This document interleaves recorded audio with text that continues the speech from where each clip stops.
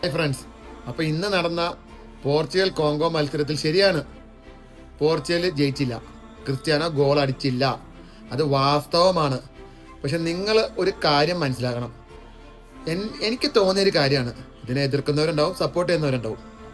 ക്രിസ്ത്യാനോയ്ക്ക് ഇന്നലെ ബോൾ കിട്ടിയില്ല എന്നുള്ളത് വാസ്തവമല്ലേ?